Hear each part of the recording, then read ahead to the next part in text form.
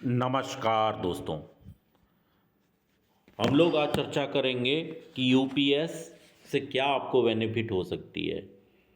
तो यूपीएस का 10 साल बाद रिटायरमेंट तो 10,000 न्यूनतम पेंशन। एनपीएस में है जितने साल की नौकरी उतनी ही पेंशन। अगला हम लोग देखते हैं कि थोड़ा सा अंतर क्या है। OPS UPS. ओपीएस सिर्फ सरकारी कर्मचारियों के लिए है। यूपीएस केंद्र सरकार के कर्मचारियों के लिए राज्य भी लागू कर सकती है। ओपीएस में पेंशन के लिए वेतन से कोई कटौती नहीं होती है।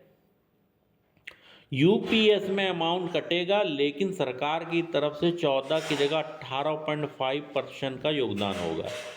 ओपीएस में जीपीएफ की सुविधा है। यूपीएस में एकमुश्त राशि रिटायरमेंट के बाद दी जाएगी। ओपीएस भी निश्चित पेंशन दी जाती है जो अंतिम मूल वेतन का 50% होगा। यूपीएस में रिटायरमेंट के तहत एक निश्चित पेंशन दी जाएगी जो 12 महीने एवरेज बेसिक पे 50% होगा। ओपीएस में 6 महीने बाद मिलने वाला महंगाई भत्ता डीओ लागू होता है। यूपीएस में महंगाई राहत कंज्यूमर प्राइस इंडेक्स से जोड़ा जाता है। यूपीएस की खास बातें। कम से कम 25 साल तक नौकरी करने वाले को रिटायरमेंट से पहले पिछले 12 महीने में प्राप्त औसत मूल वेतन का 50% पेंशन के रूप में दिया जाएगा।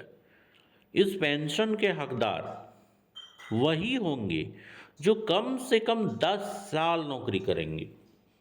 10 साल की नौकरी के बाद अगर कोई नौकरी छोड़ता है तो उसे कम से कम 10,000 रुपये पेंशन के तौर पर मिलेंगे। उसके बाद है कि रिटायर होने पर ग्रेजुएटी के अलावा एक मुश्त भुगतान भी किया जाएगा। महंगाई इंडेक्सेशन का लाभ भी मिलेगा। कर्मचारियों को अंशदान करने की ज़रूरत नहीं होगी। सरकार अपनी तरफ से कर्मचारी की बेसिक सैलरी का 18.5% वहन करेगी। हर 6 महीने में, मतलब हर 6 महीने की सेवा के बदले मासिक वेतन डीए, मतलब वेतन प्लस डीए का 10वां हिस्सा जुड़कर रिटायरमेंट पे मिलेगा। ये है यूपीएस, एनपीएस, ओपीएस। तो देखिए 2004 से पहले ओपीएस था, ओल्ड पेंशन स्कीम। इसके बाद से एनपीएस आया और अभी यूपीएस आ गया है। तो एनपीएस और यूपीएस में दोनों में से कोई आप एक चुन सकते हैं। आपको अगर इसके बारे में और जानकारी प्राप्त करना है तो आप कमेंट कीजिएगा, मैं डिटेल में और वीडियो बना दूंगा। ये सब चीज़ें जानना ज़रूरी है। ठीक है, थैंक्स।